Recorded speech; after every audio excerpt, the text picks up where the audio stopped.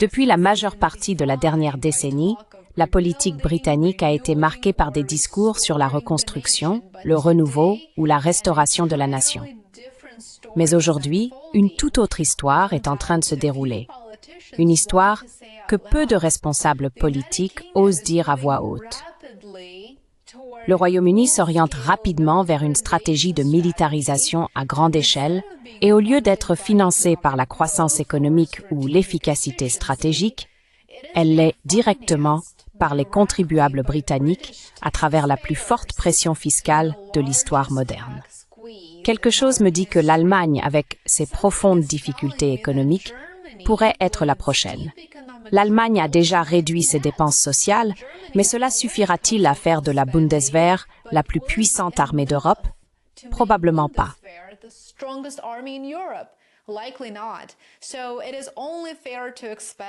Il est donc logique de s'attendre à une hausse des impôts dans toute l'Union européenne à mesure que la militarisation s'intensifie. Revenons maintenant au Royaume-Uni. Au centre du nouveau dilemme se trouve la chancelière Rachel Reeves, une dirigeante responsable d'avoir imposé l'une des charges fiscales les plus lourdes depuis des générations. Lorsqu'elle est entrée en fonction, certains d'entre vous s'en souviendront, elle avait promis modération, stabilité et protection des familles de travailleurs. Le 26 novembre, Reeves a dévoilé un nouvel ensemble de mesures fiscales qui s'étendront jusqu'en 2031.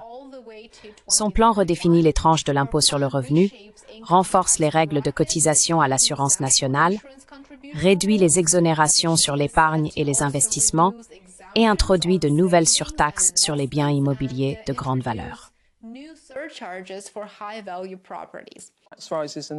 Endorsing. Aucune hausse d'impôt n'est nécessaire dans les plans de notre manifeste.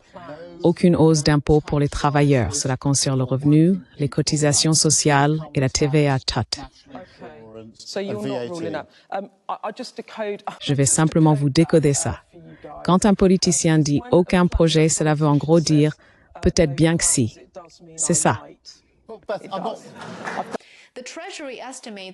Le Trésor estime que le plan qu'elle vient de présenter prélèvera environ 26 milliards de livres sur les citoyens britanniques, soit environ 34 milliards de dollars. Et le groupe le plus touché n'est ni les ultra-riches, ni les multinationales. Sans surprise, n'est-ce pas? Bien sûr que non. Il s'agit de 1,7 million de familles britanniques de la classe moyenne, déjà confrontées à une crise du coût de la vie qui refuse de s'atténuer. Reeves a défendu le plan avec un message simple. Selon ses propres mots, les citoyens ordinaires devront payer un peu plus, juste un peu plus. Et bien sûr, elle a qualifié ces mesures d'équilibrées et de nécessaires. Ce sont ses mots. Mais la vraie question à se poser ici est nécessaire pour quoi exactement? Pour les dépenses militaires, bien sûr.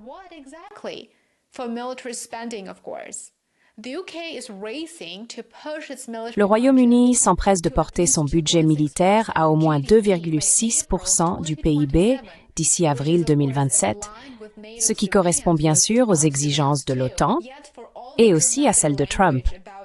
Pourtant, malgré tout le langage dramatique sur l'insécurité et les menaces, Reeves et ses collègues n'ont offert presque aucune explication concrète justifiant cette militarisation soudaine et ces hausses d'impôts à un tel niveau.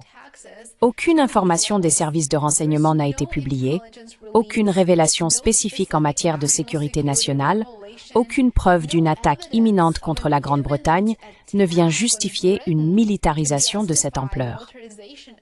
À la place, le gouvernement s'exprime en termes très vagues et obscurs, à l'image d'autres gouvernements à travers l'Union européenne. En d'autres termes, politique de la peur est devenue la base de la politique budgétaire, de la politique économique et plus particulièrement dans notre cas, des hausses d'impôts.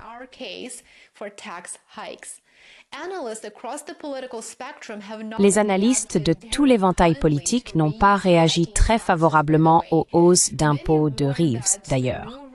Beaucoup avertissent que les nouvelles règles vont réduire les prestations sociales, grignoter l'épargne personnelle, bien sûr que oui, et aussi accroître considérablement la pression financière sur les ménages moyens.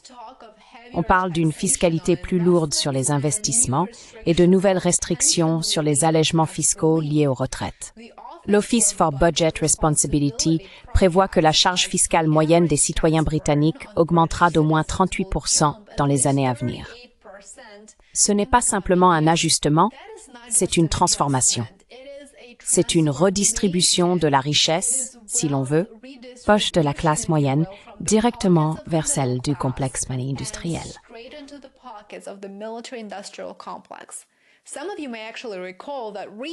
Certains d'entre vous se souviennent peut-être que Reeves s'était présenté aux élections en promettant que le Parti travailliste n'augmenterait pas les impôts des travailleurs ordinaires. Mais, comme tant de gouvernements occidentaux, ces promesses de campagne ont été abandonnées au profit d'un alignement sur les plans d'expansion militaire de l'OTAN. Le public britannique se voit demander de sacrifier la stabilité économique à cause d'une campagne de peur imaginaire et totalement infondée menée par la majorité des élites de l'UMPR. En conséquence, les citoyens britanniques paient plus d'impôts, leur niveau de vie se détériore, tandis que les sous-traitants de la défense et les fabricants d'armes enregistrent des bénéfices records.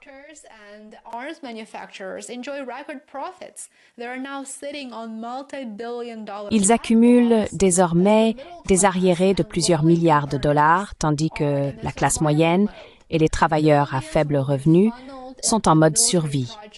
Des milliards seront dirigés vers des projets militaires pour financer des guerres, des conflits, des changements de régime. Plus le Royaume-Uni augmente ses dépenses de défense, organise des exercices de l'OTAN à travers l'UNBR et déploie des moyens militaires de manière offensive près des frontières de la Russie, plus Moscou risque de se sentir obligé d'intensifier ses propres préparatifs de défense. Nous sommes donc déjà, en réalité, dans une nouvelle course aux armements, et la situation ne fera qu'empirer. Les élites de l'UMPR ne comprennent pas ou refusent de reconnaître que ces politiques économiques sont le résultat de leurs propres échecs en tant que décideurs.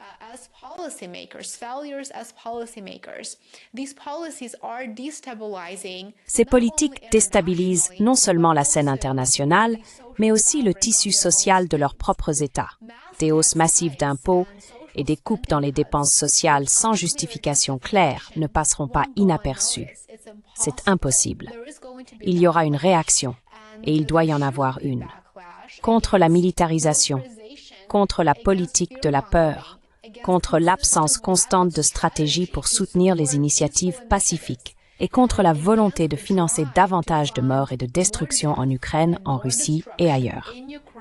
Pour le Premier ministre Keir Starmer et Rachel Reeves, les enjeux n'ont jamais été aussi élevés.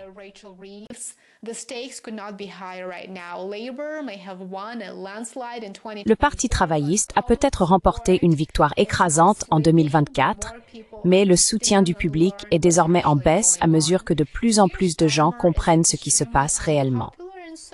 Keir Starmer est extrêmement impopulaire, tout comme Reeves. Reform UK, dirigé par Nigel Farage, semble progresser dans les sondages. Et il est tout à fait clair que si le gouvernement continue sur cette voie autodestructrice, le résultat est très prévisible. Il y aura des manifestations, il y aura de la colère et il y aura des bouleversements politiques. Car à un moment donné, il faut bien tracer une ligne dans le sable et refuser de financer un programme de militarisation pour lequel on n'a même jamais voté, que l'on n'a même jamais soutenu.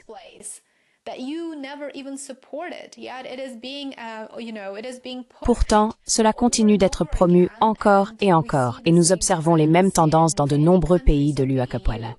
Nous risquons donc d'assister à une instabilité économique accrue et à une aggravation de la crise politique au Royaume-Uni, et bien sûr, dans l'UPPL en général. Ajoutez à cela les mécontentements sociaux et vous obtenez une tempête parfaite, un incendie qu'il sera impossible d'éteindre. Faites-moi part de vos réflexions sur ce sujet. J'aimerais beaucoup connaître votre avis, comme toujours. Merci infiniment de m'avoir regardé et de m'avoir rejoint. Si vous souhaitez un peu plus de contenu, n'hésitez pas à me retrouver sur Substack et Patreon. Soutenez mon travail, j'apprécie chacun d'entre vous qui êtes devenu abonné payant. Aimez, abonnez-vous et partagez. Et on se retrouve ici demain. Prenez soin de vous. I will see you back here tomorrow. Take care.